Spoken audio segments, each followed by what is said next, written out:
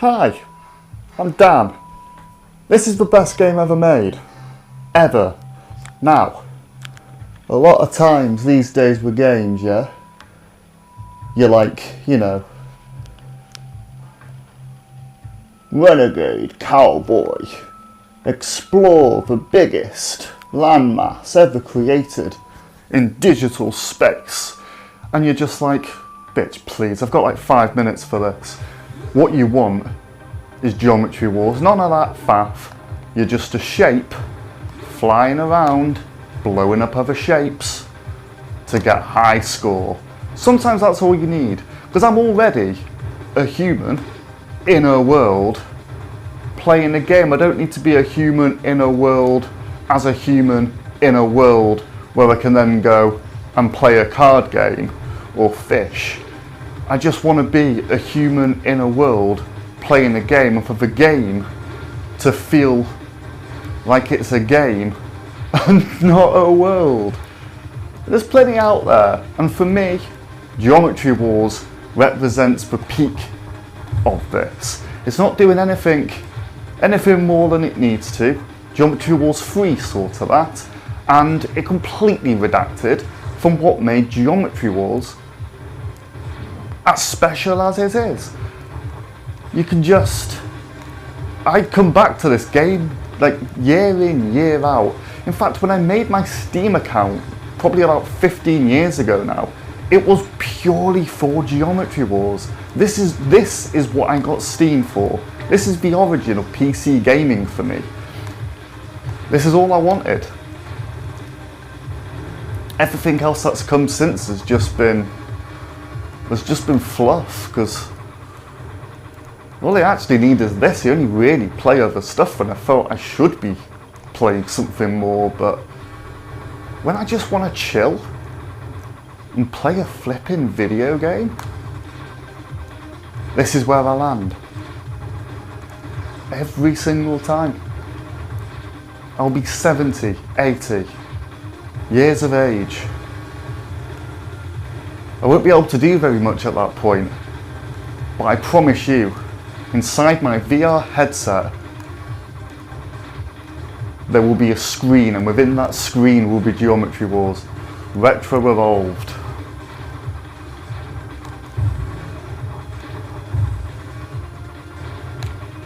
Ah, yes.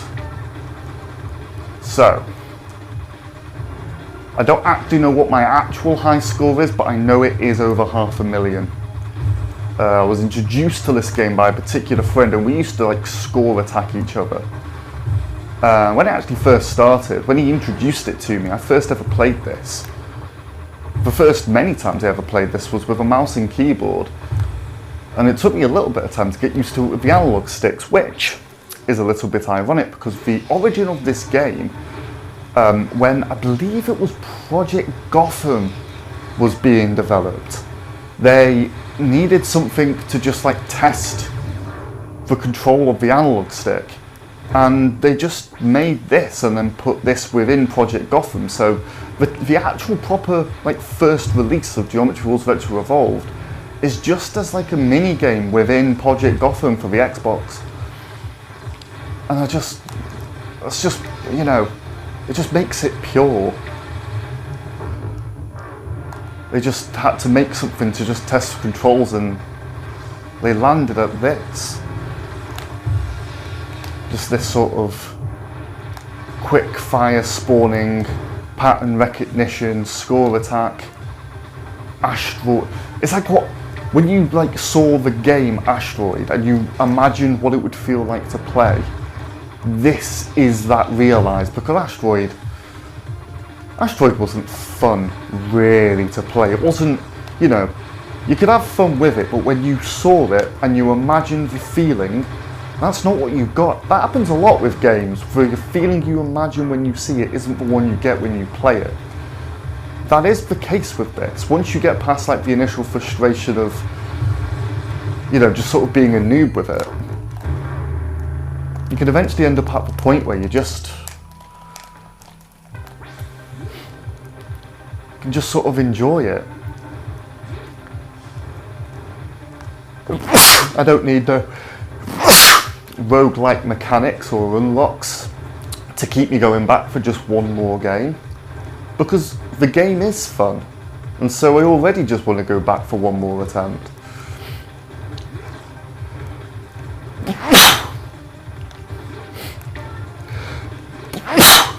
Apologies for the sneezing. There is apparently a demon inside me that is trying to escape. I hope you all said bless you, because otherwise it stands a chance of succeeding. And if you don't bless, then the vessel of which is myself cannot be relied upon to contain whatever the escapee might be. Assuming you believe such things, which I don't, so never mind. Geometry Wars Retro Evolved. Pretty good game.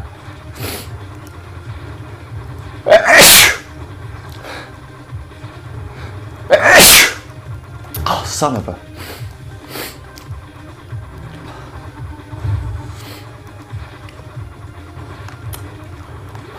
I would keep talking, but... Sneezing, yo. So each different thing that spawns has its own characteristic, and over time you learn them. The very first one will just sort of like float around, but roughly in a sort of general direction towards you, but not directly.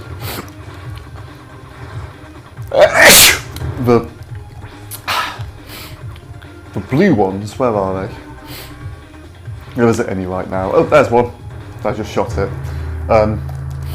Right, let's go through them as they start. So these ones, you'll see it vaguely flies towards me.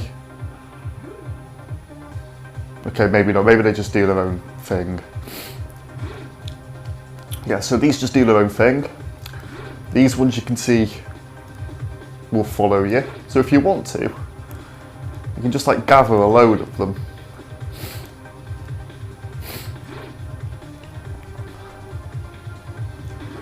Like so. The green ones are faster and significantly more direct. Purple ones, again, as you can see, they follow you, and their quirk is that they split when you shoot them. Like so.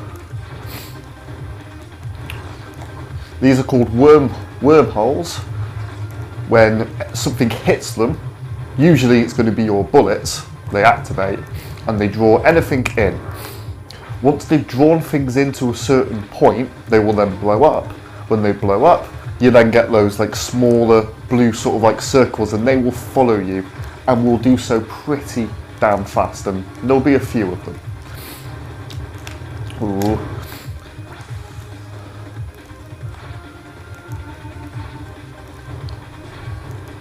But things don't really get going until you get to the score of 10,000. Ooh, and this will get us there. This is our first like big like cluster spawn, whereas the blue ones are all spawning from like every corner. And when we hit 10,000, our guns changed. As you can see, we now have like a wider spread. It makes a slightly different noise, so you feel like you're getting more impact out of it. You can just sort of like spray it around and try and keep the area clear, but the reality is when it really starts spawning to fill the screen, you're not going to be able to stop it. You just have to learn techniques in order to, you know, use the motion that you know the spawners have to your advantage. Like the highest score I think I've ever seen someone get, and there's the videos out here on YouTube, is over 10 million. And the player will typically fly in a circle and will usually be shooting forwards, like directly in front. So those worms are tricky, because if you shoot the orange bit, it doesn't really do anything, so you need to be aiming for the head.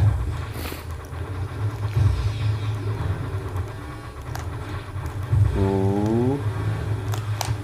And if we press basically any button, it will activate the bomb. which blows up everything on the screen, but you obviously don't get points for it then. The way points work is the more you kill, the higher your multiplier gets, so therefore the higher the score you're getting per kill. If you die, your multiplier gets reset, so you're very much incentivized. The high score is going to come from being able to survive for a very long time, which means you are incentivized to try and blow everything up if you are going to get killed, as opposed to letting, losing a life do it, because if you lose a life, you lose your multiplier, and getting your multiplier back, that's challenging, especially later on. Now those like really small swarms, those are the most difficult ones for me personally. You really have to manage it. For those ones to manage them properly, you have to do the technique of flying and shooting what's in front of you. Otherwise, you're just simply not going to succeed. Right, we'll have one more little go. Let's see how far we get. I might not even talk.